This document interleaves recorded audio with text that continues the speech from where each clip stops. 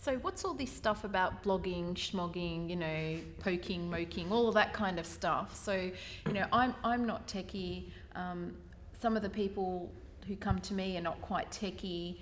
They manage to find me on the website, which is great, but all that other sort of stuff that comes with being online. What if someone wants to know more about that? Blogging is a great way to give advice, and really that's what I think businesses, business people should be using blogging for. I know plenty of blogs. For example, Chris Barrow, he's a business coach for dentists, and he uses blogging incredibly well to give advice, stuff he's seen, things he's experienced, blog about that and relate it back to how dentists could be giving better patient experience, for example. That adds value. And if you add value through a blog, then people are going to read it and they're going to tweet about it. So in essence, you're encouraging other people to use social media to promote you and your blogging material. And it all comes back down to content and how you're actually adding value through the blog. So I need to start getting on the blogs then, is that what you're suggesting? Definitely, and there's no excuse really, because you've got platforms like WordPress and Blogger, which is Google's blogging platform, to do that incredibly easy. And as startups, as any startup business would find, you know, you need to find the most cost-effective solution, and WordPress and Blogger are free. One of the issues that I work with clients on is image and presentation. And part of that is this idea of consistency and making sure that you get a consistent message out there, not only in the words that you use, but also in, for example, online, the image that you portray, maybe the fonts that you use. So when you mention things like WordPress and linking that as a blog to your website, what would you suggest that new startups do? I think consistency is incredibly important, as you just said there, from a branding point of view, from a communication consistency. And there are, because you're putting yourself out there using many different forums, many different medium, really, online medium. You've got obviously social, and there's Twitter, LinkedIn, Facebook, Google Plus, which you haven't mentioned yet. Your website, you blog, maybe if that's different from your website.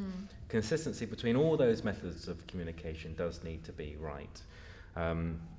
Obviously, if you want it to be super consistent, maybe hire a professional who can do that for you. But otherwise, you've got to use the tools that are available. I would say there's no excuse not to be consistent through all your social media platforms. All the social media, whether it be Twitter, LinkedIn, and Facebook, as I've said, give you an opportunity to put what's called an avatar, which is a profile picture. I'd say use the same profile picture. If the name of your account, twitter.com/ whatever that is, make sure that's consistent as well, consistent in Facebook and Twitter and Google Plus. Those are probably the consistencies I'd be looking out for. Font and style, yeah, if it's possible, but you're always going to be limited to what's actually available within the respective social platforms. I mean, it's just another point, when you're talking about Twitter and Google Plus and Moogle and Dougal and Haggle or whatever you were saying, I mean, all of that stuff certainly goes over my head, and I was wondering what you would recommend to people who are starting up their business, where they should actually start in terms of working out where they need to be in terms of their online presence. Okay, well my top three, I would imagine, are going to be: make sure you've got a website and you can set one up for free using WordPress as a starting platform, because that then gives you a blog. Yep. Go to wordpress.com, straightforward. And get on social platforms like Twitter and LinkedIn.